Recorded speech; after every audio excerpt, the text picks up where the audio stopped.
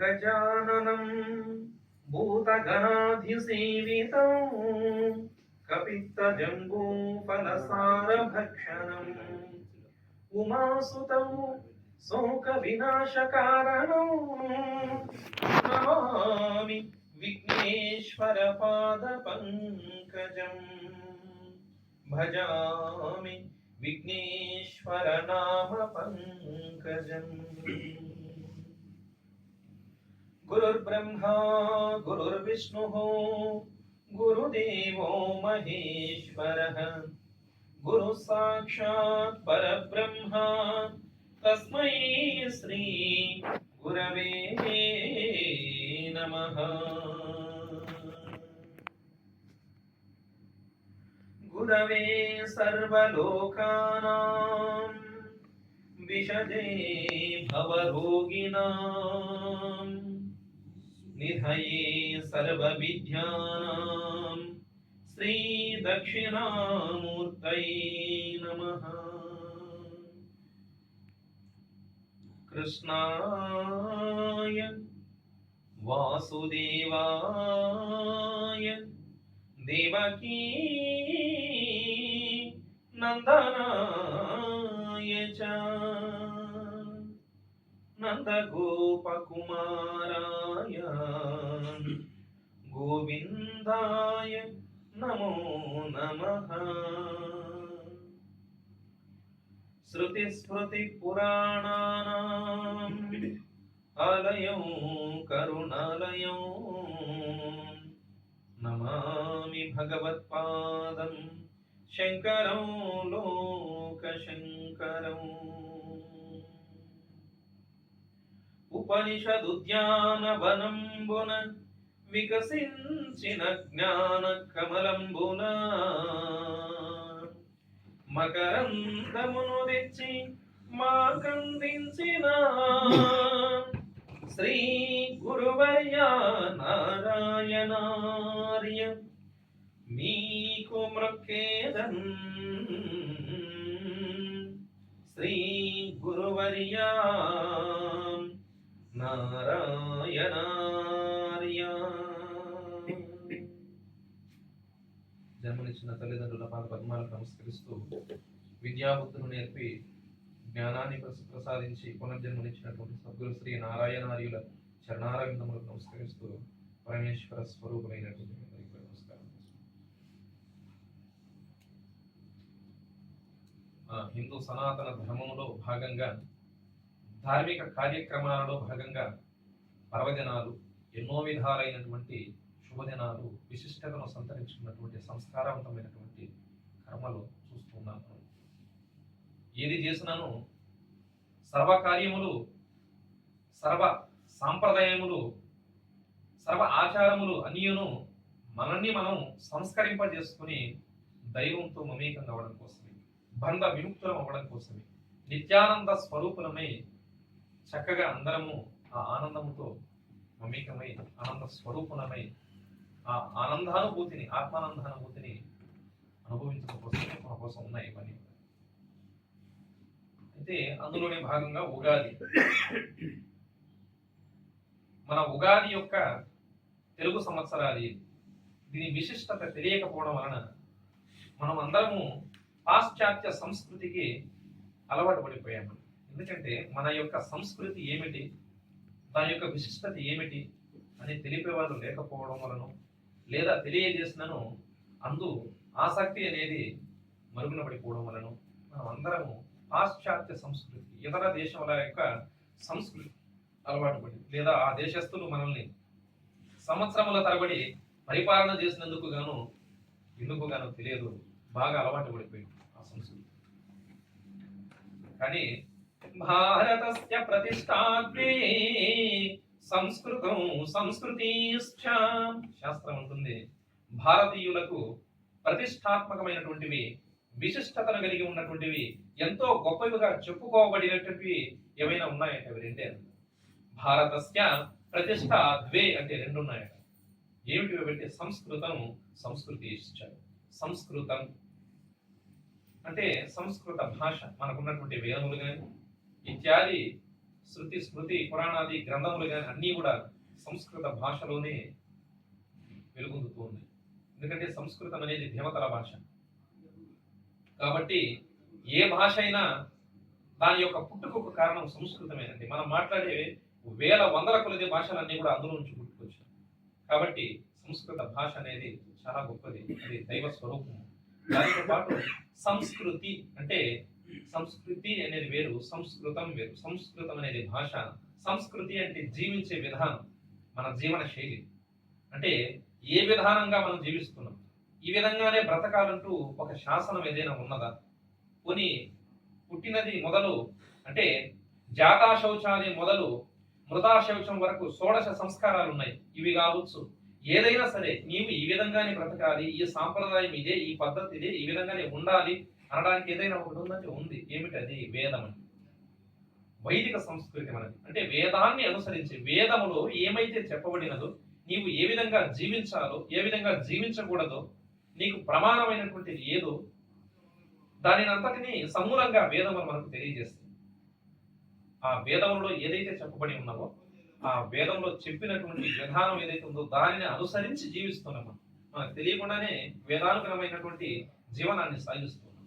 కాబట్టి మన జీవన శైలి లేదా మన సంస్కృతి ఏమిటంటే వైదిక సంస్కృతి. వేదాన్ని అనుసరించి మనం జీవిస్తూ ఉన్నాము, అది చెప్పినట్టే చేస్తూ ఉన్నాం. వేదంలో ఏవైతే కర్మలు చెప్పబడ్డాయి వాటినే మనం ఆచరిస్తున్నాం. కాబట్టి సంస్కృతం మరియు సంస్కృతి అనేవి భారతీయులకు చెప్పుకోదగినటువంటివి. అసలు భారతీయుడు అంటేనే భా అంటే ప్రకాశము అని అర్థం, రా అంటే రమించడం అని అర్థం, తా అంటే ధరించడం. ఆత్మ ప్రకాశమునందు, ఆత్మజ్ఞాన ప్రకాశమునందు రమించి ధరించువాడే భారతీయుడు. అంటే జ్ఞానం కలిగినటువంటి వారే భారతీయుడు. అదంటే అర్థం. భారతీయుడు అంటే సామాన్యమైనటువంటి మాట కాదండి. భారతీయుడు అనగానే ఆత్మజ్ఞానానంద స్వరూపుడు అంటే ఒక జ్ఞాని. ఇట్లా చెప్పుకోవాలి. జ్ఞానంలో ఉన్నటువంటి అగ్నిలో నుండి బయటపడినటువంటి అగ్ని రవ్వలు అంటారు కదా, అట్లా జ్ఞాన సకలాలే భారతీయులు ఉంటారు. అటువంటి విశిష్టమైనటువంటి సంస్కృతిని కలిగి ఉన్నటువంటి దేశం. ఇతర దేశాలు, ఇతర మతాలు కనీసము బుద్ధి ఎరగనప్పుడు, విద్య తెలియనప్పుడు ఎలా బ్రతకాలో తెలియనటువంటి విషయంలో, తెలియనటువంటి పరిస్థితుల్లో కూడా మన భారతదేశంలో ఉన్నటువంటి భారతీయులందరూ సనాతన ధర్మం ఏదైతే ఉందో ఆ ధర్మాన్ని, సనాతన ధర్మాన్ని ఆచరించి చూపించి బట్టగట్టి వ్యవసాయం చేసి సంస్కృతిని లోకానికి ఇలాగే బ్రతకాలని తెలియజేసినటువంటి ఆధ్యాత్మిక గురువు అండి. దేశాలన్నిటికీ ఆధ్యాత్మిక గురువు భారతదేశం. అటువంటి దేశంలో పుట్టినందుకు గర్వపడాలి. అటువంటి దేశంలో పుట్టి పొట్టకూటికై ఇంత దూరం వచ్చి సనాతన ధర్మానికి పునాదులే లేనటువంటి, నాంది అనేది లేనటువంటి అరబిక్ కంట్రీలో మన ధర్మాన్ని మనం ఇలా జరుపుకుంటున్నామంటే అదృష్టవంతులు అని చెప్పుకోవాలి. విశిష్టమైనటువంటి దేశం.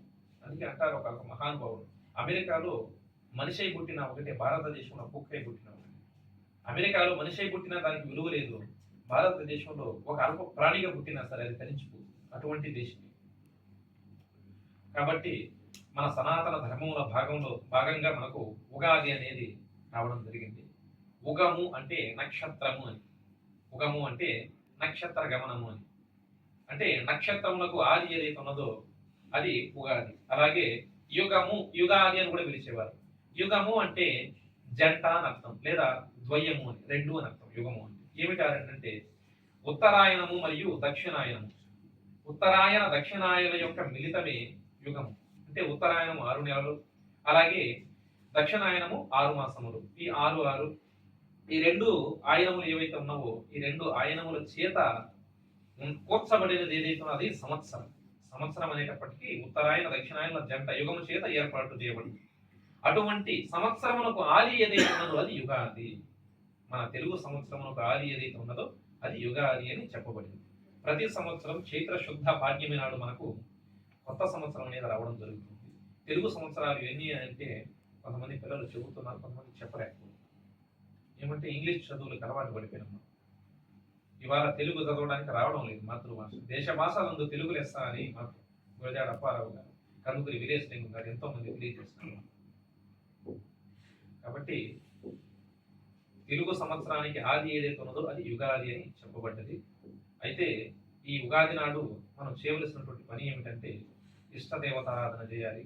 చక్కగా మంగళ స్నానములు ఆచరించి ఇష్టదేవతారాధన అలాగే ఎలవేలుతో పూజించడం లాంటివి చేయాలి. ఉదయాన్నే లేచి తైలాభ్యంగన స్నానం చేసి అంటే నువ్వుల నూనెతో శరీరం అంతా కూడా చక్కగా మర్దన చేసుకుని చక్కగా తలస్నానం చేసి భూమయంతో ఇల్లు అడిగి చక్కగా ఇంటికి మామిడి తోరణములన్నీ కూడా తీసుకుని వచ్చి చక్కగా అలంకరించుకుని ఉగాది పచ్చడి అందులో 6 రకాలైనటువంటి రుచులు ఉంటాయండి. తీపి, వగరు, పులుపు అన్నీ ఉంటాయండి. జీవితం కూడా అంతేను. సుఖము, దుఃఖము అన్నింటి యొక్క మిళితమే జీవితం. జీవితంలో అందరికీ సుఖం ఉండదు, అందరికీ దుఃఖం ఉండదు. అన్నింటి యొక్క కలుపుగోలుతనమే జీవితం అంటే ఇంకేం లేదు. అన్నింటినీ కలగలుపుకుని పోవడమే జీవితం. అయితే ఇందులో ఉగాది ఈ సంవత్సరం వచ్చేసి మనకు విశ్వావసునామ సంవత్సరం అని చెప్పబడుతుంది. తెలుగు సంవత్సరములు 68. ప్రభవాదిగా అక్షయ వరకు ప్రభవ విభవ అని చెప్పుకుంటుంటాం కదా. అక్షయ అనేది చివరిది 60 సంవత్సరం. ఆ 60 సంవత్సరముల పేరు మీదుగానే మనకు తెలుగు ఉగాది అనేది జరుగుతుంది. మన సంవత్సరాలు వస్తూ ఉంటాయి. అందులో 60 సంవత్సరములలో 39వ సంవత్సరం ఇప్పుడు మనం వచ్చినటువంటి ఈ విశ్వావసునామ సంవత్సరం. 60 సంవత్సరములలో 39వ సంవత్సరం ఏదైతే ఉన్నదో దాని పేరు విశ్వావసు. ఆ విశ్వావసునామ సంవత్సరమే ఇప్పుడు ఇవాళ యుగాదిగా మనం చేసుకుంటున్నాం. అయితే గతంలో జరిగిపోయినటువంటి సంవత్సరం ఏదైతే ఉన్నది క్రోధినామ సంవత్సరం.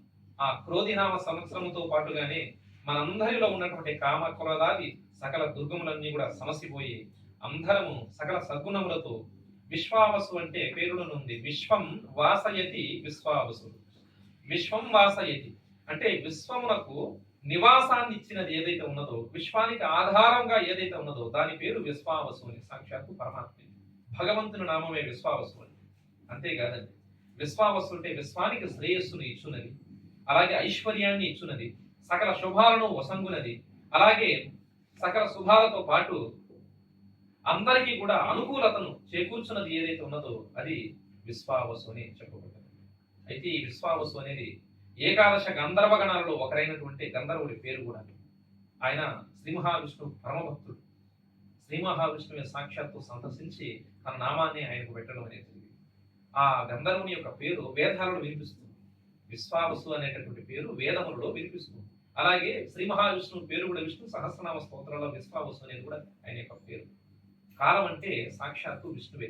కాలోస్మి లోకక్షయకృత్ ప్రవృద్ధో అన్నాడు భగవద్గీతలో 11వ అధ్యాయంలో. కాలోస్మి లోకక్షయకృత్ ప్రవృద్ధో. ఓ అర్జున, కాలమును నేను అయి బలిష్టమైనటువంటి కాల స్వరూపుడును నేను అయి జగత్తును ఉత్పత్తి అలాగే లయములకు కారణం నేనే అవుతున్నాను. అంతేకాకుండా విభూతి యోగంలో 10వ అధ్యాయంలో కాలహ కలయతామహం, గణికులలో కాలము నేను అని చెప్పి సాక్షాత్తు స్వామివారి చెప్తున్నాను. కాబట్టి కాలాన్ని తెలిపేటటువంటి పంచాంగం గురించి తెలుసుకోవడం వలన విష్ణువు శ్రీ మహావిష్ణువు సంతోషపడి శ్రీ మహావిష్ణువే కర్మఫల ప్రదాత అయి నవగ్రహ రూపములో నవగ్రహ మండలంలో 9 రూపాలలో తానే స్థితమై ఉన్నాడు గనక ఆ నవగ్రహముల యొక్క అనుగ్రహానికి కూడా కారకుడు విష్ణువే గనక కాబట్టి అందుకే మనం పూజ చేసేటప్పుడు తదేవ లగ్నం సుదినం తదేవ తారాబలం చంద్రబలం విద్యాబలం దైవబలం తదేవ లక్ష్మీపదే తేంగ్రేగో స్మరామి అని చెప్పుకుంటాం. నిన్ను తలుచుకున్నటువంటి లగ్నమే శుభలగ్నం, నిన్ను తలుచుకున్నటువంటి సమయమే శుభ సమయం, నిన్ను తలుచుకున్నటువంటి తారే నిజమైనటువంటి శుభమైనటువంటి తార. అంటే శ్రీ మహావిష్ణువు కాల స్వరూపుడిని పంచాంగ శ్రవణము చేత శ్రీ మహావిష్ణువు యొక్క లక్ష్మీనారాయణుల యొక్క అనుగ్రహము అలాగే నవగ్రహముల యొక్క అనుగ్రహం పరిపూర్ణంగా ఉంటుందని ఇందుకు మనకు నిదర్శనం. ఈ విధంగా మనం చేసుకుంటున్నాము. విశ్వావసు అంటే వేదములలో చెప్పబడినటువంటి ఒక గంధర్వుడి పేరు. ఆయన ఏం చేస్తాడంటే ఐశ్వర్యాన్ని ఇస్తాడు, ఐశ్వర్య ప్రదాత. దానితో పాటు కొత్తగా పెళ్ళైనటువంటి నూతన వధూవరుల మధ్య పరస్పర అనురాగానికి కారకుడు ఆయన వేదంలో చెప్పబడింది. అటువంటి నామము విశ్వావసు. అంతేకాదండి, సర్వత్ర ఝాయతే క్షేమం సర్వస్య మహార్గత విశ్వావసు వరారోహే కార్పాసస్య మహార్గత. ఈ విశ్వావసు నామ సంవత్సరంలో అందరికీ క్షేమం అనేది కలుగుతుందని పంచాంగం తెలియజేస్తుంది. అందరికీ క్షేమం అనేది కలుగుతుంది. పాడి పంటలు చక్కగా పండుతాయి, వర్షాలు కూడా సకాలంలో కురుస్తాయి. ప్రత్యేకించి పత్తి పంటలండి చక్కగా ఆ పత్తి ఏదైతే దూది పంట అది బాగా పండుతుంది ఈ సంవత్సరంలో. చాలా అనుకూలమైనటువంటి సంవత్సరంగా చెప్పబడుతుంది. ప్రజలందరి యొక్క క్షేమం ఉంటుంది. దేశం అంతా కూడా సుభిక్షంగా సస్యశ్యామలంగా చక్కగా వర్ధిల్లుతుంది. ప్రజలందరిలో ఉన్నటువంటి సమస్త కోప తాపములన్నీ కూడా సమసిపోయి అందరూ కూడా ఐకమత్యంగా అనుకూలంగా ఉండడానికి అవకాశం కూడా ఉంటుంది ఈ సంవత్సరంలో. చాలా అద్భుతంగా ఉంది. పంచాంగం గురించి ఎందుకు తెలుసుకోవాలంటే కాలాన్ని గణించేది పంచాంగమే కనుక. అసలు పంచాంగం అంటే అర్థం ఏమిటంటే తిథి, వారము, నక్షత్రము, యోగము, కరణము అనేది 5 అంగముల చేత 5 అంశముల చేత చెప్పబడినది ఏదియో అది ఏ పంచాంగం అని చెప్పబడుతుంది. తిథి, వార, నక్షత్ర, యోగ, కరణముల చేత కూర్చబడినది పంచాంగం అంటే ఏ శుభకార్యం చేయాలన్నా ముహూర్తం చూడాలి, ఏ పని చేయాలన్నా మంచి రోజు కాదో చూసుకోవాలి, కాలాన్ని గణించాలి, లెక్క కట్టాలి. ప్రతిదీ కూడా ప్రతి ఒక్క అంశము కూడా పంచాంగంలో పొందుపరచబడి ఉంటుంది. తిదివార నక్షత్ర యోగ కరణముల గురించి సమగ్రమైనటువంటి సారాన్ని ఇచ్చినది, సమగ్రమైనటువంటి వాటి గురించి సమస్తమైనటువంటి విషయాలను క్షుణ్ణంగా తెలియజేసేది పంచాంగం. అయితే ఈ పంచాంగాన్ని వినడం వలన మనకు శుభాలు ఎందుకు కలుగుతాయంటే దానికి ఒక కారణం ఉందండి. ఏంటంటే బ్రహ్మదేవుడు ఎవరైతే ఉన్నారో సృష్టికర్త, ఆ సృష్టికర్త అయినటువంటి బ్రహ్మదేవుని యొక్క ఇలా కూర్చున్నప్పుడు స్వామి వారికి బ్రహ్మదేవునికి పంచముఖ బ్రహ్మ అంటే 5 శిరస్సులు ఉంటాయండి. బ్రహ్మదేవునికి 5 శిరస్సులు ఉంటాయి. ఇప్పుడు చతుర్ముఖ బ్రహ్మ అయినాడండి, అది అంతా వృత్తాంతం వేరే ఉంటుంది. శివుని యొక్క త్రిశూలం వలన, భైరవుని యొక్క త్రిశూలం వలన ఒక శిరస్సు ఖండింపబడింది. అదంతా కూడా వేరే అయిపోతుంది. దాని గురించి ఇంకోసారి వివరిస్తాను. సృష్టి ఆదిలో బ్రహ్మదేవునికి 5 శిరస్సులు ఉండేవి. శివునికి ఎట్లా ఉన్నాయో పంచముఖ రుద్రుడు ఆ విధంగానే పంచముఖ బ్రహ్మ ఆయన 5 శిరస్సులు కూడా 5 దిక్కులకు అవి ఉండేవి. తూర్పు ముఖానికి ఒక శిరస్సు, దక్షిణ ముఖమునకు ఒక శిరస్సు, పశ్చిమ ముఖమునకు ఒక శిరస్సు, ఉత్తర ముఖమునకు ఒక శిరస్సు, ఊర్ధ్వ ముఖమునకు ఒక శిరస్సు. ఇట్లా పంచముఖ బ్రహ్మ సృష్టి కర్తగా ఉండేవారు. అటువంటి సమయంలో బ్రహ్మకు ఉన్నటువంటి తూర్పు ముఖం ఏదైతే ఉన్నదో, తూర్పు ముఖాన్ని చూస్తూ ఉన్నటువంటి శిరస్సు ఏదైతే ఉన్నదో ఆ శిరస్సు నుంచి తిథి అనేది ఉద్భవించిందండి. కాబట్టి తిథిని గురించి తెలుసుకుంటే సంపదలు అనేవి వృద్ధి చెందుతాయి. ఇవాళ తిథి ఏమి అని తెలుసుకుంటే ప్రతి ఒక్కరు కూడా ప్రతిరోజు చేయవలసినటువంటి పని నిద్రలేవగానే కాలకృత్యాలు తీర్చుకొని భగవంతునికి నమస్కరించుకొని పంచాంగం చూడడానికి అలవాటు పడింది. ఇవాళ తిథి ఏమి, నక్షత్రం ఏమి, వారం ఏమి, యోగం ఏమి, కరణం ఏమి, ఇలా తెలుసుకోవడానికి ప్రయత్నం చేయాలి. దానివల్ల ప్రయోజనం ఏంటంటే ఇప్పుడే చెప్తున్నాను. బ్రహ్మదేవుని యొక్క తూర్పు ముఖం నుండి ఉద్భవించినది తిథి. ఇవాళ తిథి ఏమి అని తెలుసుకోవడం వలన సంపద అనేది వృద్ధి చెందుతుంది. అలాగే బ్రహ్మదేవుని యొక్క దక్షిణ ముఖం నుంచి ఉద్భవించినది వారము. కనుక ఇవాళ ఏమి వారం అని తెలుసుకోవడం వలన వారము అనేది ఆయుష్నిస్తుంది మనకు. మంచి వారం తెలిస్తే కనుక ఆయుష్ అనేది వృద్ధి చెందుతుంది. అలాగే బ్రహ్మదేవుని యొక్క పశ్చిమ ముఖం నుండి పుట్టినది నక్షత్రం.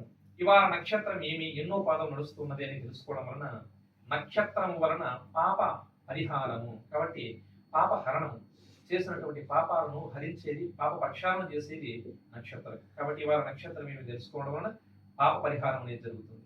అలాగే బ్రహ్మదేవుని యొక్క ఉత్తర ముఖం నుంచి ఉద్భవించినది యోగం అండి. యోగం ఏమిటి అని తెలుసుకోవడం వలన రోగాలు సమసిపోతాయి. అలాగే బ్రహ్మదేవుని యొక్క ఊర్ధ్వముఖం నుండి ఉద్భవించినది కరణం. ఇవాళ కరణం ఏమి అని తెలుసుకోవడం వలన కార్యసిద్ధి కలుగుతుంది. కనుక ప్రతి నిత్యం ఉదయం లేవగానే తిదివార నక్షత్ర యోగ కరణం గురించి తెలుసుకోవాలి. తిథులు మొత్తం 15 ఉన్నాయి. అలాగే పాడ్యము మొదలు అమావాస్య వరకు లేదా పౌర్ణమి వరకు వస్తుంటాయి. కృష్ణపక్షం అయితే ఇట్లా, శుక్లపక్షం అయితే అట్లా.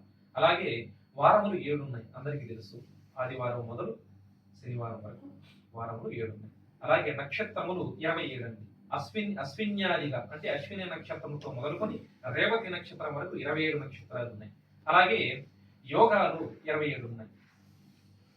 యోగాలు కూడా 27 ఉన్నాయి. అలాగే కరణములు కూడా 11 ఉన్నాయి. ఈ విధంగా మనం పంచాంగ శ్రవణం చేయాలి. పంచాంగ శ్రవణం చేయడం వలన వచ్చేటటువంటి ఫలితం ఏంటంటే, ఈ పంచాంగ శ్రవణం చేసేటప్పుడు మనము నవగ్రహాల గురించి 12 రాసుల గురించి తెలుసుకుంటూ ఉంటాం. ఈ నవగ్రహాల యొక్క పేరులను విన్నంత మాత్రం చేత ఆ నవగ్రహ రూపంలో ఉన్నటువంటి శ్రీ మహావిష్ణువు సంతోషించి ఈ గ్రహములన్నీ కూడా ఒక్కొక్క గ్రహము ఒక్కొక్క ఫలితాన్ని ఇస్తుందండి. అందుకోసం వినాలి. నవగ్రహముల గురించి ఎందుకు తెలుసుకోవాలంటే అందుకే తెలుసుకోవాలి. నవగ్రహాలన్నీ కూడా గొప్ప తపస్సును చేసి ఆ నవగ్రహ మండలంలో స్థానాన్ని సంపాదించుకున్నాయి. నవగ్రహాలన్నీ కూడా గొప్ప తపస్సు చేసి భగవంతుని ప్రార్థించి గొప్ప తపస్సు చేసి ఆ నవగ్రహ మండలంలో స్థానాన్ని సంపాదించుకున్నాయి.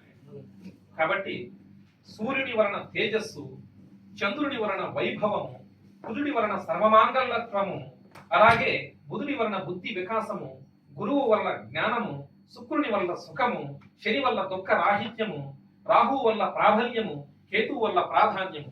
నవగ్రహాలు ఇచ్చేవి సూర్యుని వల్ల తేజస్సు, చంద్రుని వల్ల వైభవము, కుజుని వల్ల సర్వమంగళకారత్వము, బుధుని వల్ల బుద్ధి వికాసము, గురువుని వల్ల జ్ఞానము, శుక్రుని వల్ల సుఖము, శని వల్ల దుఃఖ రాహిత్యము, రాహు వల్ల ప్రాబల్యము, కేతు వల్ల ప్రాధాన్యము మనకు కలుగుతాయి కనుక నవగ్రహాల గురించి తెలుసుకోవాలి. కేవలం ఏ మంత్రాలు తెలియకపోయినా నవగ్రహముల యొక్క పేరు తలుచుకున్నా సరే ఆ నవగ్రహాలు సంతసించి ఈ ఫలితాలన్నింటినీ మనకి ఇస్తారు. కాబట్టి ఒక్కసారి నవగ్రహముల యొక్క పేరు తెలుసుకోండి. ఓం పలకండి. ఓం ఆదిత్యాయ చ సోమాయ మంగళాయ బుధాయ చ గురు శుక్ర శనిభ్యశ్చ రాహవే కేతవే నమః. ఓం ఆదిత్యాయ సోమాయ మంగళాయ బుధాయ చ గురు శుక్ర శనిభ్యశ్చ రాహవే కేతవే నమః. నవగ్రహాలు చాలా గొప్పవి. ఎంతో తపస్సు చేసి పరమాత్మ యొక్క కృపకు పాత్రుడై నవగ్రహ మండలంలో ఉండి మనకు జీవులు తాము చేసుకున్నటువంటి పుణ్య పాప ఫలితాలు ఏవైతే ఉన్నావో ఆ కర్మ ఫల ప్రదాతలు నవగ్రహాలు.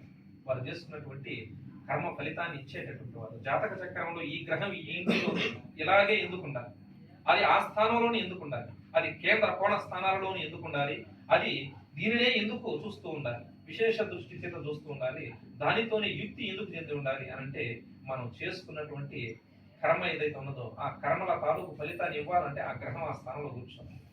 కాబట్టి నవగ్రహాలను సైతము శాసించి ఆయా స్థానాల్లో నిలిపి వాటి చేత ఫలానా ఫలితం రావాలని నిర్దేశించేది ఏమిటో చెప్పండి. విధి అన్నాం. కొందరు విధి అంటున్నారు, కొందరు దైవం అంటున్నారు. యథార్థానికి కర్మ అండి. తాను చేసుకున్నటువంటి కర్మే ఆ విధంగా గ్రహముల రూపంలో తనకు ప్రాప్తిస్తుంది.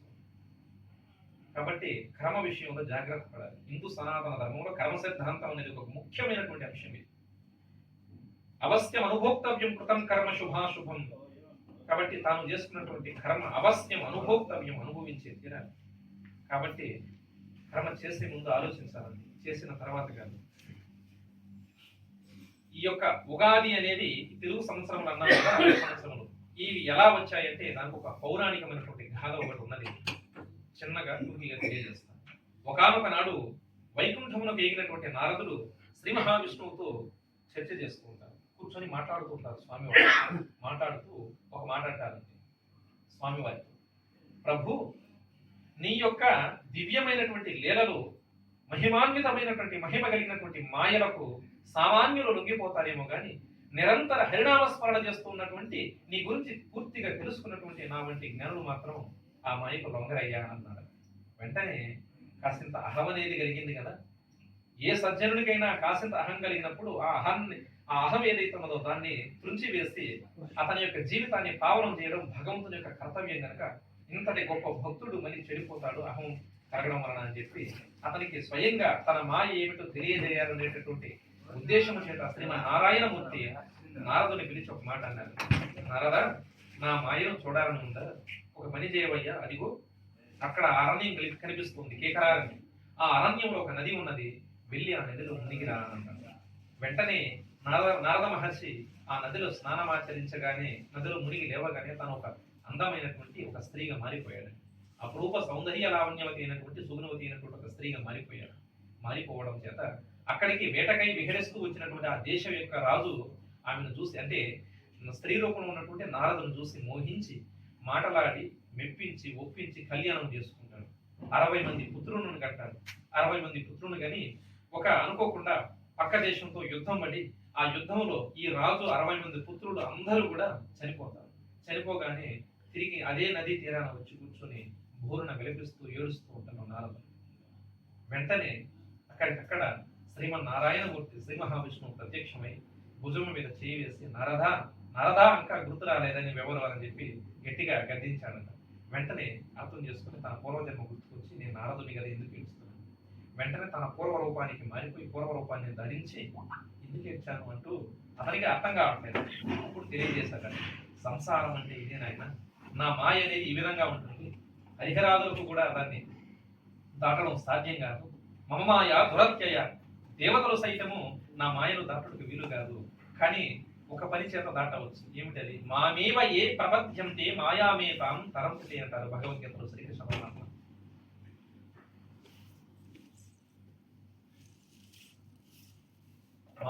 మామేవ ప్రపద్యంతే మాయామేతాం తరంతే. కాబట్టి దేవతలు సైతము దాటలేని నా మాయ ఎవరికి సులభ సాధ్యం అంటే మాం ఏవ ప్రపద్యంతే, నన్ను గురించి భజించేవారు, నా యందు అనన్యమైనటువంటి నిశ్చలమైనటువంటి నిర్మలమైనటువంటి శుద్ధమైనటువంటి భక్తి ఎవరికి ఉందో అటువంటి వారు మాయామేతాం తరంతే, ఆ మాయ నుండి ధరించగలుగుతారు. కనుక నారద, అటువంటి భక్తి నీకు ఉన్నది కనుక నిన్ను ధరించడం కోసం ఈ విధంగా చేశానన్నారు. నారదులు వారు చూసి సంతోషించి, నన్ను చెడిపోనీయకుండా కాపాడేవు నా తండ్రి అనుకుని నారాయణమూర్తి యొక్క పాదపద్మను స్పృశించి నమస్కరించుకుని ఒక మాట అంటారు, ఎంతైనా సరే నీ మాయను చూశాను, అతన్ని పెళ్లి చేసుకుని 68 పుత్రులను కన్నప్పుడు మాతృత్వం అనేది ఏదైతే ఉన్నదో ఆ మాతృత్వాన్ని చవి చూశానయ్యా, కాబట్టి దాన్ని మరవలేకున్నాను. ఇది మాయా అని తెలిసిన ఆ మాతృత్వాన్ని చవి చూశాను కనుక నా బిడ్డల యందు ఆ వాత్సల్యం పోవట్లేదు నారాయణ. కనుక 60 మంది పుత్రులు కదా, వారికి పేరు చిరస్థాయిగా నిలిచిపోయినట్లుగా ఏదో ఒకటి చేసి నా మనసుకు కాస్త ఊరట కలిగించమయ్యా అని కోరాడట నారదుడు. అందుకే ఆ ప్రభవ విభవ అని ప్రభవాదిగా అక్షయ వరకు 60 మంది పుత్రులు ఎవరైతే ఉన్నారో నారద మహర్షి యొక్క పుత్రులు ఎవరైతే ఉన్నారో ఆ 60 మంది యొక్క పేరు మీదుగా తెలుగు సంవత్సరాలు వచ్చాయి. ఇది ఈ విధంగా రావడం జరిగింది. మన తెలుగు సంవత్సరం చాలా అద్భుతంగా ఉంటుంది. పంచాంగం అనేది అర్థమైతే ఎంతైనా ఉంటుంది ఇది గురించి తెలుసుకోవడానికి. చక్కగా ఈ సంవత్సరంలో మనకు రాసుల వారీగా టూకీగా ఫలితాలను తెలియజేస్తాం. సమగ్రంగా తెలియజేయడానికి సమయం పూర్తిగా లేదు కనుక కొద్దిగా సరళముగా మీ అందరికీ కూడా తెలియజేయడానికి ప్రయత్నం చేస్తాం. అందరూ కూడా శ్రద్ధాభక్తులతో వినండి.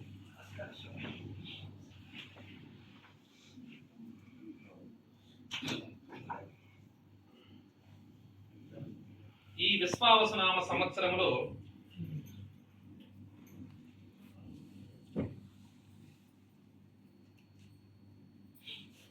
ఈ యొక్క విశ్వావసునామ సంవత్సరములో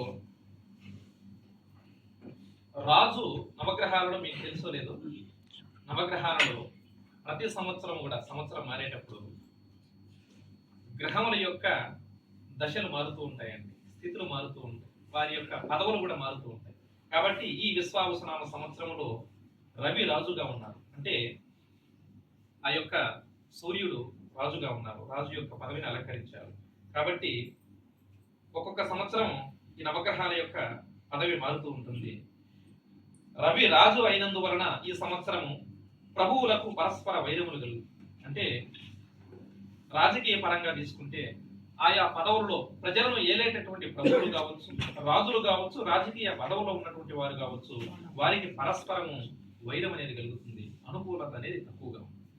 దానితో పాటు వర్షములు కూడా తక్కువగా పడతాయి. అంతేకాదు ప్రజలకు ప్రభువుల వలన, సూర్యుల వలన, శస్త్రముల వలన, అగ్ని వలన భయము కలుగుతుంది.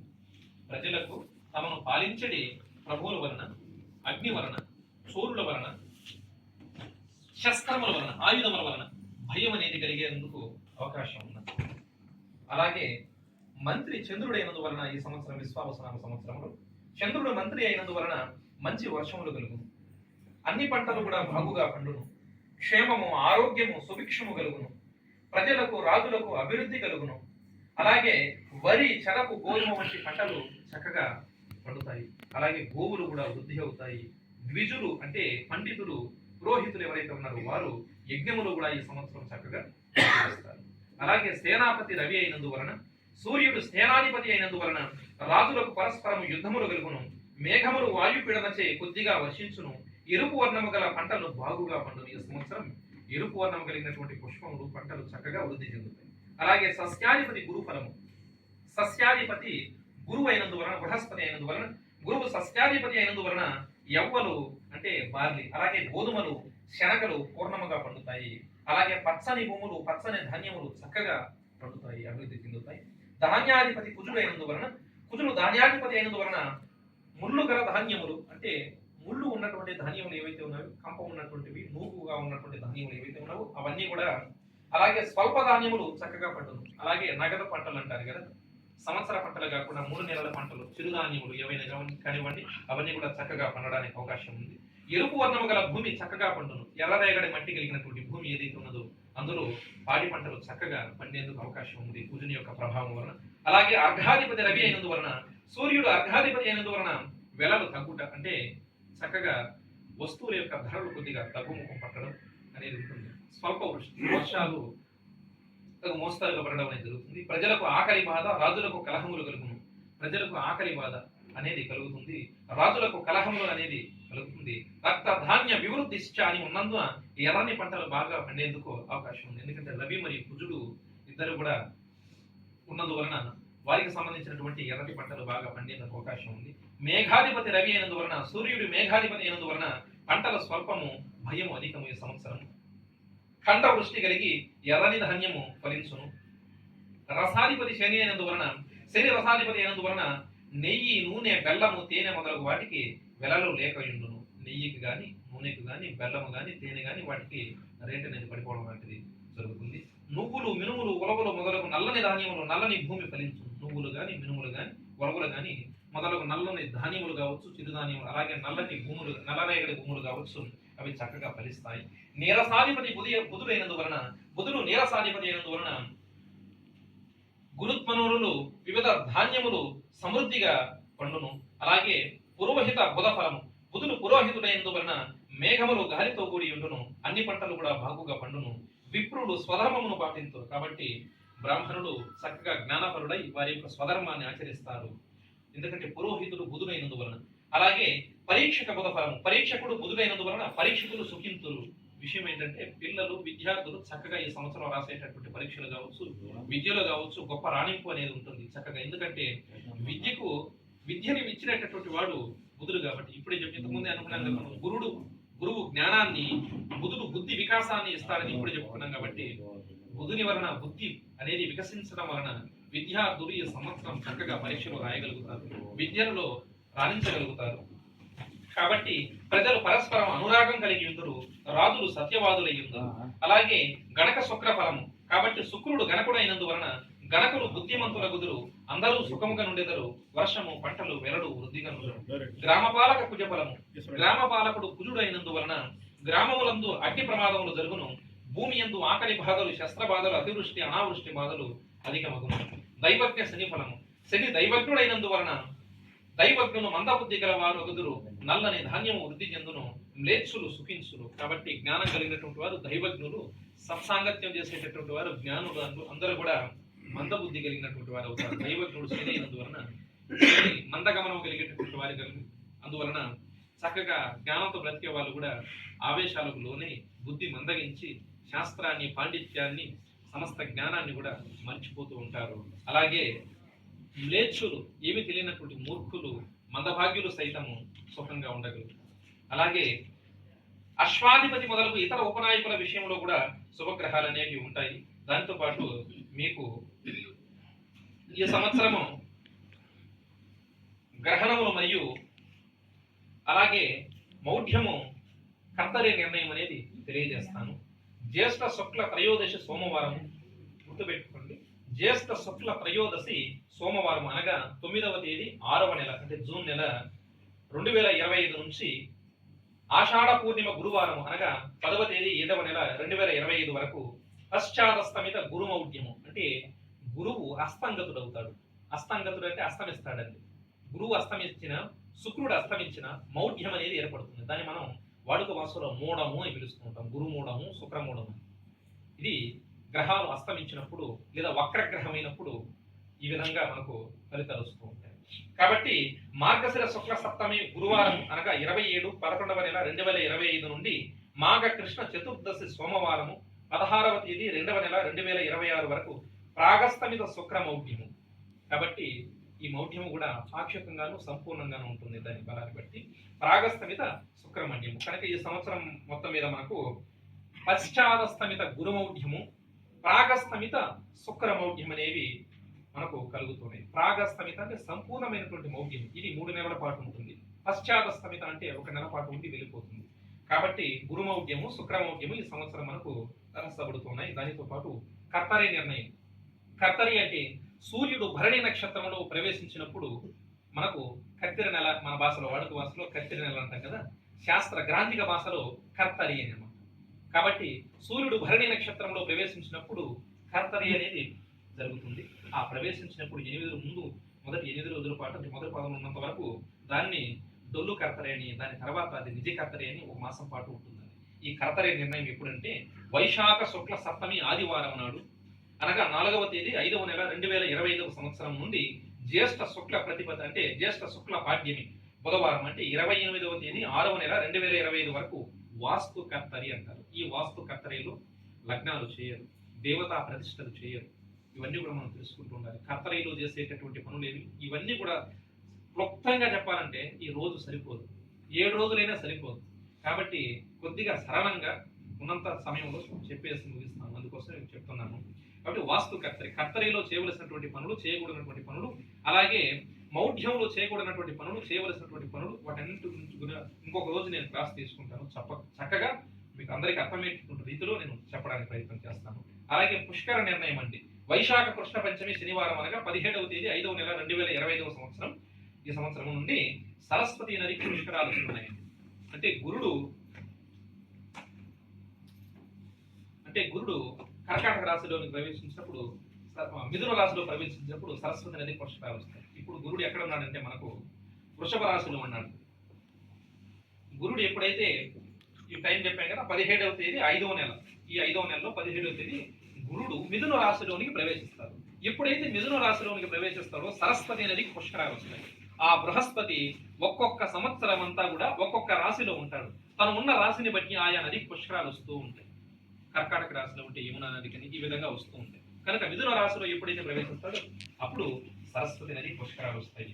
అలాగే గ్రహణ నిర్ణయం కనుక తీసుకున్నట్లయితే భాద్రపద పూర్ణిమ ఆదివారం నాడు,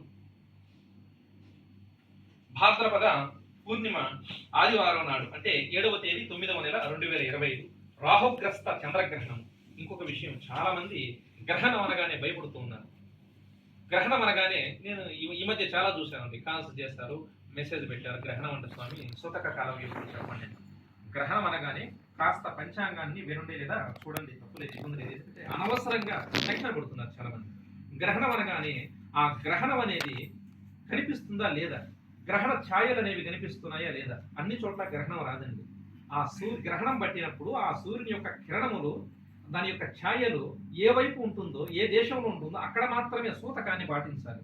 గ్రహణ సూతకం అంటారు. ఏటి సూతకం వేరు, ఏడాది వస్తుంది మనకు, మనం చనిపోయినప్పుడు పాటిస్తాం సంవత్సర కాలం, సంవత్సరికం, అది ఏటి సూతకం. గ్రహణ సూతకం అనేది ఒకటి ఉంటుంది, జాత సూతకం అనేది ఒకటి ఉంటుంది.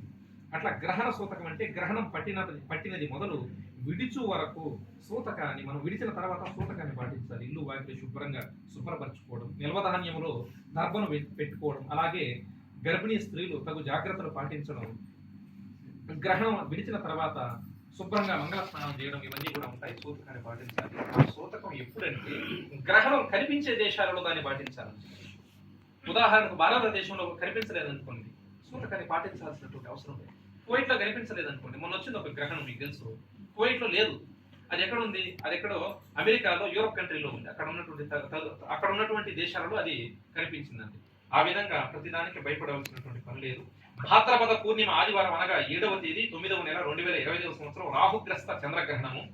ఇది మనకు రాత్రి 9-7 గంటలకు స్పర్శకాలము, అలాగే నిమీలన కాలం 11 గంటలకు, మధ్యకాలం వచ్చి 11:41, ఉన్మీలన కాలం 12:22 నిమిషాలు, అలాగే మోక్షకాలం 1:26, అత్యంత పుణ్యకాలం వచ్చి 3:29 నిమిషాల వరకు.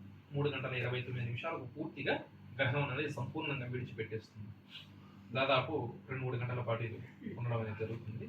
కాబట్టి అలాగే ఈ గ్రహణం వలన ఇప్పుడు చెప్పినాను కదా, 7వ తేదీ 9వ నెల 2025 ఆ గ్రహణము ఏర్పడినటువంటి ఆ సమయానికి ఆయా రాశిలో ఆ గ్రహం అనేది సూర్యుడు సంచరించేటటువంటి దానిని బట్టి, దాని యొక్క బలాన్ని బట్టి మనకు కొన్ని నక్షత్రాలకు, కొన్ని రాశులకు కొన్ని ప్రత్యేకమైనటువంటి కొన్ని ప్రయోజనాలు లేదా కొన్ని అప్రయోజనాలు ఉన్నాయి.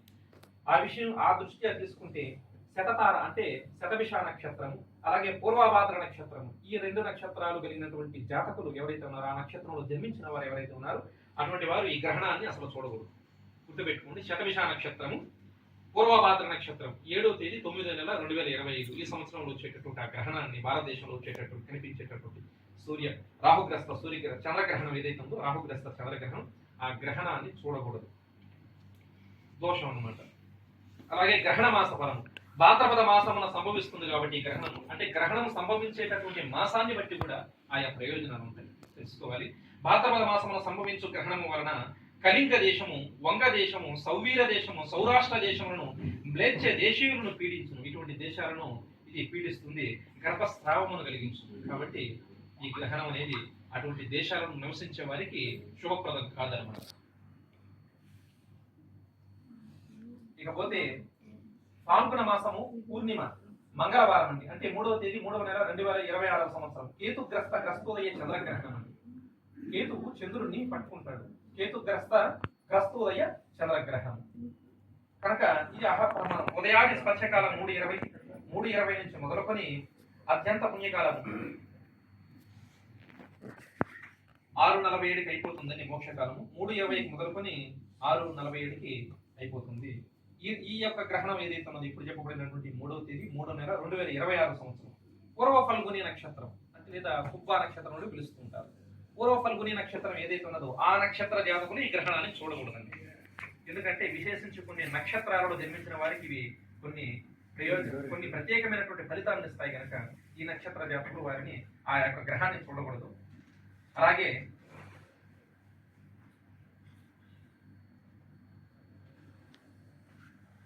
మీకు రాశి ఫలాలు సోదాహరణంగా వివరిస్తాను, ఎందుకంటే ఇలా వివరించుకుంటూ పోతే పంచాంగం అయిపోయేది కదా, ఇది అనంతం. అది దానితో పాటు మీరు చాలా మంది తెలుసుకోలేటువంటి విషయం, జాతకం అంటుంటారు కదా, వాళ్ళు నేను అడుగుతూ ఉంటారు కొన్ని చిన్న విధానం. జాతకం చెప్పేటటువంటి పద్ధతిలో జన్మ నక్షత్రము, నామ నక్షత్రం అని 2 ఉంటాయండి. జన్మ నక్షత్రం అంటే పుట్టినటువంటి సమయం నిమిషములతో సహా ఎవరికైతే తెలుస్తుందో అటువంటి వారికి జన్మ నక్షత్రాన్ని నిర్ణయం చేయగలుగుతాం.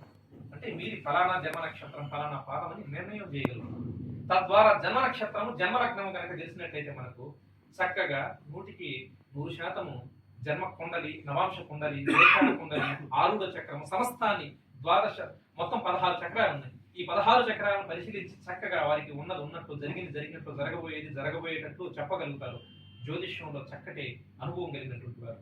ఇది జన్మ నక్షత్రం గురించి తెలిసినట్లయితే, జన్మలగ్నం జన్మ నక్షత్రం తెలిస్తే. ఒకవేళ జన్మ నక్షత్రం జన్మలగ్నం తెలియదు అనుకోండి, ఏదో ఒకటి పెద్దవాళ్ళు పేరు పెట్టేశారు, ఆ పేరుతోనే పిలుస్తున్నాం.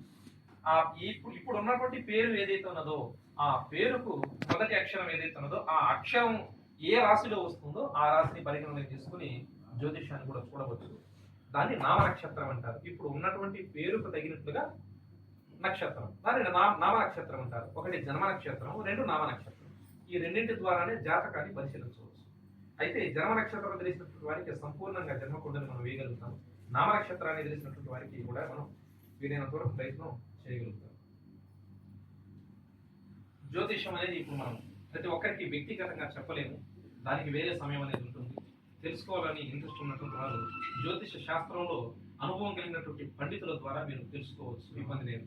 కానీ ఇప్పుడు సోదాహరణముగా అందరికీ సామాన్య ఫలితం ఏవైతే ఉంటాయో మేషాదిగా అంటే మేషం అనేది మొదలుకొని మీనరాశి వరకు రాశులు ఏంటంటే 12 రాశులు అండి. మేషరాశి, వృషభ రాశి, మిథున రాశి, కర్కాటక రాశి, సింహరాశి, కన్యా రాశి, అలాగే తులారాశి, వృశ్చిక రాశి, ధనురాశి, అలాగే మకర రాశి, కుంభరాశి, మీనరాశి 12 రాశులు ఉంటాయి. 12 రాశులు ఉంటాయి. జన్మ నక్షత్రం జన్మలగ్నం అంటుంటారు కదా. చిన్న ఉదాహరణ చెప్తాను. మనం పుట్టినప్పుడు సూర్యుడు ఏ రాశిలో ఉంటాడో ఏ లగ్నంలో ఉంటాడో అది మన జన్మలగ్నం అవుతుంది. గుర్తుపెట్టుకొని మనం పుట్టినప్పుడు సూర్యుడు ప్రతిరోజు కూడా సూర్యుడు ఉదయించినది మొదలు 24 గంటల పాటు అండి. ఇవాళ పొద్దున్నే 6 గంటలకు ఉదయించాలనుకోండి, రేపు పొద్దున్నే 6 గంటల వరకు ఏమవుతుంది? 24 అవర్స్ కదా. సూర్యుడు ఒక్కొక్క రాశిలో 2 గంటల పాటు ఉంటాడు. ఈ 24 గంటలు ఏం చేయండి, అర్ధ భాగం చేసేయండి, ఏమవుతుంది? 12 గంటలు 12 రాసులు చేసేయండి, ఏమవుతుంది? ఒక్కొక్క రాశికి 2 గంటలు వస్తుంది. అట్లా సూర్యుడు ప్రతిరోజు కూడా ఒక్కొక్క రాశిలో 2 గంటల పాటు ఉంటాయి. ఆ 2 గంటల పాటు ఉన్నటువంటి దాన్ని లగ్నము అంటాం. సూర్యుడు ఉదాహరణకు మేష రాశిలో ఉన్నాడు అనుకోండి 2 గంటలు, దాన్ని మేష లగ్నం. ఇట్లా మనం పుట్టినప్పుడు సూర్యుడు ఏ లగ్నంలో ఉంటే అది మన జన్మ లగ్నం అవుతుంది. ఇది ఇంపార్టెంట్. జన్మ లగ్నంతో ముడిపెట్టి ఉంటుంది. జాతకం అంతా దేన్ని ముడిపెట్టుకుని ఉంటుందంటే జన్మ నక్షత్రము, జన్మ లగ్నం. దీని ఆధారంగానే నడుస్తుంది మిగతా దర్శనం. కాబట్టి అది జన్మ లగ్నం అవుతుంది. మనం పుట్టేటప్పుడు చంద్రుడు ఏ నక్షత్రంలో ఉంటాడో, ఏ రాశిలో ఉంటాడో అది మన జన్మ నక్షత్రం అవుతుంది. ఆ రాశి మన జన్మ రాశి అవుతుంది. ఉదాహరణకు రేవతి నక్షత్రం మీన రాశి అనుకుందాం. చంద్రుడు రేవతి నక్షత్రంలో ఉన్నాడు, మీన రాశి ఎందు ఉన్నాడు అనుకోండి మనం పుట్టిన ఆ సమయానికి. అప్పుడు ఏమవుతుంది? మన జన్మరాశి మీన రాశి అవుతుంది. రేవతి నక్షత్రం మన జన్మ నక్షత్రం. ఈ విధంగా ఉంటుంది. కాబట్టి మేషరాశి ఫలితాలు చెబుతాను. నేను చెప్పేటటువంటి అక్షరాలు మీ పేర్లలో ఉన్నాయో సరిచూసుకుని ఆయా ఫలితాలను మీకు అన్వయించుకోవచ్చు. ఈ సంవత్సరం గోచార ఫలితాలను మీపిస్తాను. మేషరాశి అండి. ఇంకొక విషయం, 12 రాసులు అన్నాను కదా, 27 నక్షత్రాలు. ఏది అశ్వని మొదలుకొని రేవతి వరకు 27 నక్షత్రాలు. ఒక్కొక్క నక్షత్రానికి 4 పాదాలు ఉంటాయి. కనుక 27 నక్షత్రాలకు 27 ఇంటూ 4 వేయండి, 108 పాదాలు అవుతాయి. కనుక విష్ణు సహస్రనామ స్తోత్రంలో కూడా 108 పాదాలేనండి, 108 శ్లోకాలు. అంటే ఒక్కొక్క నక్షత్రానికి ప్రత్యేకించి ఆ నక్షత్రంలో పుట్టినటువంటి ఆ పాదాన్ని అనుసరించి వారు విష్ణు సహస్రనామ స్తోత్రంలోని ఆ యొక్క శ్లోకాన్ని చదువుకోవచ్చు. మంచి జరుగుతుంది. ఎందుకంటే ఇప్పుడు చెప్పబడినటువంటి నక్షత్రాలు, గ్రహాలు, సమస్తము విష్ణువే, కాలస్వరూపుడు విష్ణువే గనక ఆ విధంగానండి. మీకు గనక ఈ విషయంలో సంశయాలుంటే తదుపరి అడిగినట్లయితే చెప్తాను. మీ యొక్క పేరు నక్షత్రం ఏమి, మీ పాదం ఏమి, మీ పాదానికి తగినటువంటి విష్ణు సహస్రనామ స్తోత్ర శ్లోకం ఏమనేది కూడా ఇవ్వడం అనేది జరుగుతుంది. ఇబ్బంది లేదు. సమయాన్ని బట్టి సమయాభావం చేత ఇవ్వగలను. అయితే ఇప్పుడు చెప్పాను కదా, 27 నక్షత్రాలు, 108 పాదాలు, 12 రాసులు కదా. ఈ 12 రాసులలో 108 పాదాలు కదా. ఒక్కొక్క రాశిలో 9 పాదాలు ఉంటాయి. ఒక నక్షత్రానికి 4 పాదాలు. ఇప్పుడు 9 పాదాలు అంటే ఏమైంది? 2 నక్షత్రాలు పూర్తిగా ఉంటాయి, ఇంకొక నక్షత్రంలో ఒక పాదం అనేది ఉంటుంది. ప్రతి రాశిలో గుర్తుపెట్టుకోండి. 12 రాశులు ఉన్నాయి కదా. 12 రాశులలో 9 పాదాలు ఉంటాయి. అంటే 2 నక్షత్రాలు సంపూర్ణంగా, ఇంకొక నక్షత్రంలో ఒక పాదం అందులో ఉంటుంది. దీన్ని నవాంశం అంటారు. దీని గురించి వివరణ ఇప్పుడు ఇవ్వలేను, మీకు టైం లేదు. కాబట్టి మేషరాశి గురించి చెబుతున్నాను. అశ్విని నక్షత్రం 4 పాదాలు, భరణి నక్షత్రం 4 పాదాలు, కృత్తిక నక్షత్రంలో మొదటి పాదం. ఫోన్ సైలెంట్ పెట్టుకోండి. కృత్తిక నక్షత్రం మొదటి పాదం, అశ్విని నక్షత్రం 4 పాదాలు, భరణి నక్షత్రం 4 పాదాలు, కృత్తిక నక్షత్రం 1వ పాదం. అంటే ఈ 9 పాదాలు ఈ యొక్క రాశి కిందికి వస్తాయి, మేషరాశి కిందికి. అలాగే అక్షరాలు గుర్తుపెట్టుకోండి. సు, చే, సో, లా, లి, లు, లే, లో, ఆ. ఈ అక్షరాలతో ఉన్నటువంటి పేరు కలిగినటువంటి వారందరూ కూడా మేషరాశి. అయితే ఇందులో సందేహం కలగచ్చు. శ్రీ అని, క్రూ అని, స్నే అని కొన్ని సంయుక్త అక్షరాలు వస్తాయి. అంటే ఒక అక్షరానికి ఇంకొక ఒత్తు ఉంటుంది. అటువంటి పేర్లు కలిగినటువంటి వారికి ఫలానా రాశి అని కన్ఫ్యూజ్ అవుతుంది. అటువంటి వారికి కూడా నేను తెలియజేస్తాను. అయిపోయిన తర్వాత మీకు క్షుణ్ణంగా అటువంటి వారు ఎవరైనా ఉంటే, ఇప్పుడు శ్రీను అని ఉంది, ఉదాహరణకు శ్రీను అని ఉంది, చిత్తా నక్షత్రం. మీకు మామూలుగా ఇట్లా పంచాంగం లేదా అట క్యాలెండర్ తీసుకుని నాకు ఉండవు, పండితుల దగ్గర ఉంటాయి, తెలుసుకోవాలి. చిత్తా నక్షత్రం 3వ పాదం. కాబట్టి అందుకోసమే ఒక క్యాలెండర్ కానీ, ఒక పంచాంగం కానీ పూర్తిగా తీసుకొని దాన్నే ఫాలో అయిపోయి మనం చేసేసుకోవడం అనేది పరిపూర్ణంగా చెప్పబడితే, పరిపూర్ణంగా అయితే అది పద్ధతి కాదండి. ముఖ్యమైనటువంటి పనులకు పంచాంగాన్ని చూసిన పండితుల యొక్క అభిప్రాయాన్ని తెలుసుకోవడం అనేది పరిపాటి. కనుక ఈ మేషరాశి వారికి ఈ సంవత్సరము ఆదాయం 2 వంతులుగాను, వ్యయం అనేది 14 వంతులుగాను ఉన్నది. 2 విధాలుగా సంపాదించడం, 14 విధాలుగా ఖర్చు చేయడం అనేది పంచాంగం తెలియజేస్తుంది. అలాగే రాజపూజ్యం 5 విధాలుగాను, అవమానం 7 విధాలుగాను. దానితో పాటు ఈ మేషరాశి వారికి ఈ సంవత్సరం ప్రారంభంలో మరియు కార్తీక మార్గశిర మాసముల యందు ఏకాదశి శని గుడితే సర్వము అనుకూలమగును. ఈ చైత్ర మాసం ప్రారంభంలో కానీ, ప్రత్యేకించి కార్తీక మాసం మార్గశిర మాసంలో ఈ మేషరాశి వారికి ఏకాదశి అంటే తనకు 11వ స్థానంలో శని సంచారం చేయడం వలన ఏకాదశ స్థానం అనేది భాగ్యస్థానం. కాబట్టి చక్కగా అందరికీ కూడా మంచిగా జరుగుతుంది. అలాగే కానీ చైత్ర బహుళం నుండి మిగిలిన సమయమునందు ద్వాదశ శని, ఏలినాటి శని ప్రారంభము కావున జాగ్రత్త అవసరం. ఇప్పుడు చెప్పుకున్నది కార్తీక మార్గశిర మాసం వరకే చెప్పాను. ఇకపోతే చైత్ర బహుళం నుండి, అంటే ఈ చైత్ర మాసం ఇప్పుడు వచ్చింది కదా, ఈ చైత్ర మాసం బహుళ పక్షం అంటే 15వ తేదీ నుంచి అండి ఏమవుతుందంటే 15వ తేదీ నుంచి ద్వాదశ శని 12వ స్థానంలో, వ్యయ స్థానంలో శని సంచారం జరుగుతున్నది. అలాగే అది ఏలినాటి శని అవుతుంది మేషరాశికి. గుర్తుపెట్టుకోండి, ఒకటవ రాశి మేషరాశి, యువతల 12వ రాశి మీనరాశి. ఆ మీనరాశిలో శని సంచారం జరుగుతుంది, అంటే ద్వాదశ రాశి. ఏలినాటి శని అని బాధపడుతుంటారు. మీకు ఒక చిన్న వివరణ ఇస్తాను. ఏలినాటి శని అని బాధపడాల్సిన పని లేదు. ఏలినాటి శని ఎప్పుడు చెప్పవచ్చునో చెప్తాను. శని ఒక్కొక్క రాశిలో 2.5 సంవత్సరాలు ప్రయాణం చేస్తాడు. మందగమనుడు నిదానంగా, అన్ని గ్రహాల లేకల్లా నిదానంగా ప్రయాణం చేసేటువంటి గ్రహం శని దేవుడు. ఒక్కొక్క రాశిలో 2.5 సంవత్సరం పాటు ఉంటాడు. కనుక ఏలినాటి శని ఎప్పుడు చెప్పబడుతూ ఉంటాడు. నీ రాశి ఏదైతే ఉన్నదో, ఏదైనా కానీ నీ రాశి ఏదైతే ఉన్నదో, నీ రాశి అందుకు పక్క రాశి, యువతల రాశి, అవతల రాశి. నీ రాశి ఉన్నది కదా, నీ రాశికి 2వ స్థానంలోను, అలాగే నీ రాశికి ఇటువైపు ఏమవుతుంది లెక్కేస్తే 12 అవుతుంది. అంటే లగ్నంలోను, లగ్నానికి 2వ స్థానంలోను, లగ్నానికి 12వ స్థానంలోను శని సంచారం జరిగినప్పుడు దానిని మాత్రమే ఏలినాటి శనిగా మనం గుర్తించవచ్చు. అంటే లగ్నంలో 2.5, లగ్నానికి 2వ స్థానంలో 2.5, లగ్నానికి 12వ స్థానంలో 2.5, మొత్తం 2.5, 5, ఇంకొక 2.5, 7.5 సంవత్సరాల పాటు ఏలినాటి శని అంటారు. కాళ్ళు తడవకుండా కాలం దాటచ్చేమో కానీ ఏలినాటి శని ప్రభావం లేకుండా ఎవ్వరు కూడా జీవితాన్ని దాటలేరండి. ప్రతి ఒక్కరి జీవితంలోనూ ఏలినాటి శని ఒకసారో 2 సార్లు అరెస్ట్ అవుతూ ఉంటుంది. భయపడాల్సిన మళ్ళీ దానికి ఉపాయాలు ఉన్నాయి, తెలియజేస్తాం. ఓకే, అది ఏలినాటి శని అంటే ఏమిటో మీకు తెలియజేస్తుంది. ఎందుకంటే ఒక్కొక్క గ్రహం, చంద్రుడు, బృహస్పతి ఒక్కొక్క రాశిలో 1 సంవత్సరం ఉంటాడు, సూర్యుడు 1 నెల ఉంటాడు. ఇట్లా తీసుకుంటే ఒక్కొక్క గ్రహం ఒక్కొక్క రాశిలో ఇన్ని నెలలు అని చెప్పబడుతుంది. రాహు 18 నెలలు, అంటే 1.5 సంవత్సరం. కేతు 18 నెలలు, 1.5 సంవత్సరం. ఇట్లా ఒక్కొక్క గ్రహం ఇన్ని సంవత్సరాల పాటు అని చెప్పి సంచరిస్తూ, ఇన్ని నెలల పాటు, ఇన్ని రోజుల పాటు సంచరిస్తాడు. చంద్రుడు 2.5 రోజు ఉంటాడు ఒక్కొక్క రాశిలో. అతి వేగంగా, అతి శీఘ్రంగా మారిపోయేటటువంటి తత్వం కలిగినటువంటి గ్రహం చంద్రుడు. కాబట్టి ఇట్లా ఉంటాయి. ఇవన్నీ కూడా వివరించడానికి టైం లేదు కాబట్టి చెప్తున్నాను. ఇకపోతే ఏలినాటి శని ప్రారంభం కావున జాగ్రత్త అవసరం. ఈ మేషరాశి వారికి ఇప్పుడు చెప్పాను కదా, ఈ 15వ తేదీ నుంచి ఏలినాటి శని ప్రభావం ప్రారంభమవుతుంది. కాబట్టి జాగ్రత్తగా ఉండండి, భయపడాల్సినటువంటి పని లేదు. పరిహారం కూడా ఇందులోనే చెప్తాను నేను.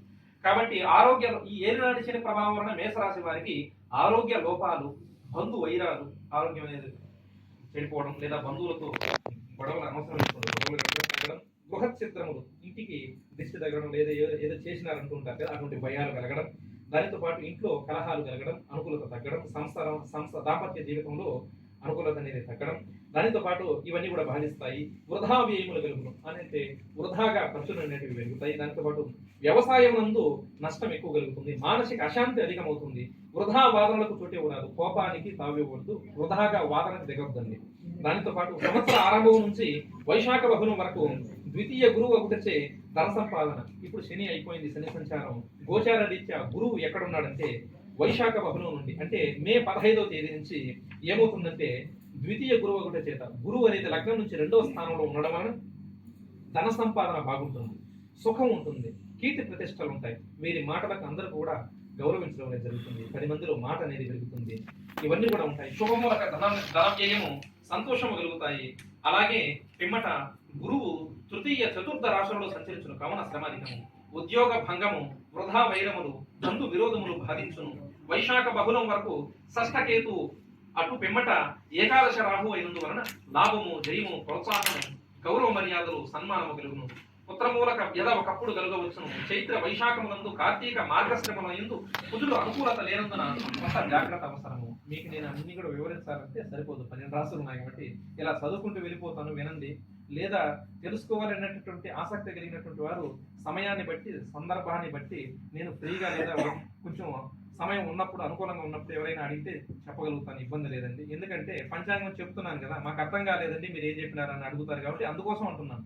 చెబుతాను, మీరు అర్థమైనంత వరకు అర్థం చేసుకోండి. లేదా అర్థం కానటువంటి వారికి సమయం ఖాళీగా ఉన్నప్పుడు, అనుకూలంగా ఉన్నప్పుడు ఒక్కొక్కరికి ఎవరైనా సరే ఆసక్తి కలిగినటువంటి వారికి, నమ్మకం కలిగినటువంటి వారికి తెలియజేస్తాను. అది కూడా అందరూ వినాలని గ్యారంటీ ఏం లేదండి. కొంత జాగ్రత్త అవసరము.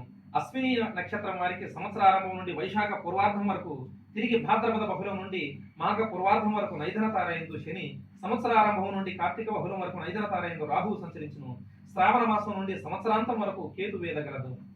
కనుక భరణి నక్షత్రం వారికి వైశాఖ బహుళం నుండి భాద్రపద బహుళం వరకు, తిరిగి మాఘ బహుళం నుండి సంవత్సరాంతం వరకు నైదన తారాయందు శని, ఆషాఢ బహుళం నుండి సంవత్సరాంతం వరకు జన్మతారాయందు కేతువు సంచరించును. కృత్తిక వారికి సంవత్సరారంభం నుండి ఆషాఢ బహుళం వరకు జన్మతార ఎందు కేతువు సంచరించును కావున ఆయా సమయముల ఎందు జాగ్రత్త అవసరము.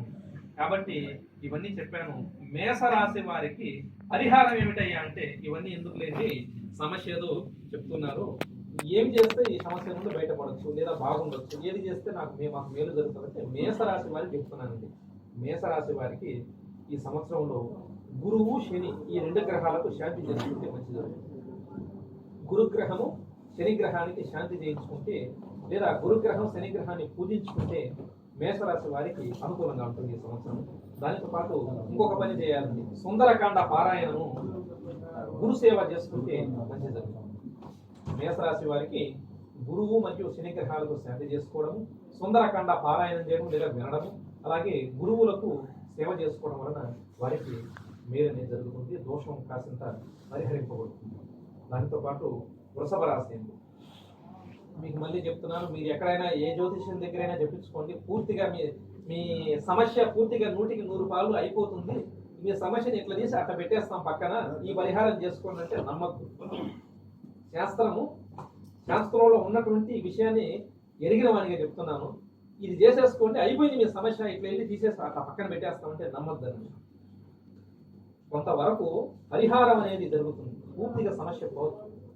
పూర్తిగా సమస్య అనేది పోవడానికి అవకాశం లేదు. జీవితం అనేది ఆ నది షూటింగ్ అయిపోయి రిలీజ్ అయిపోయి పిక్చర్ లాంటిది, థియేటర్లో కూర్చొని చూస్తే సినిమా లాంటిదండి, మార్పులు చేయలేదు.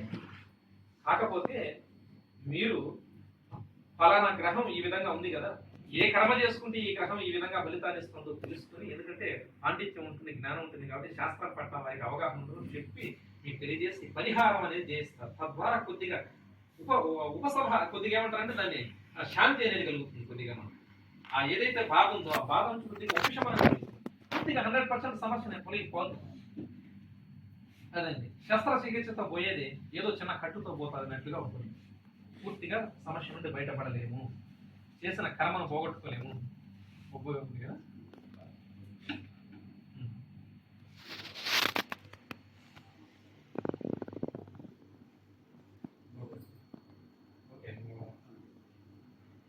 చెప్పినారు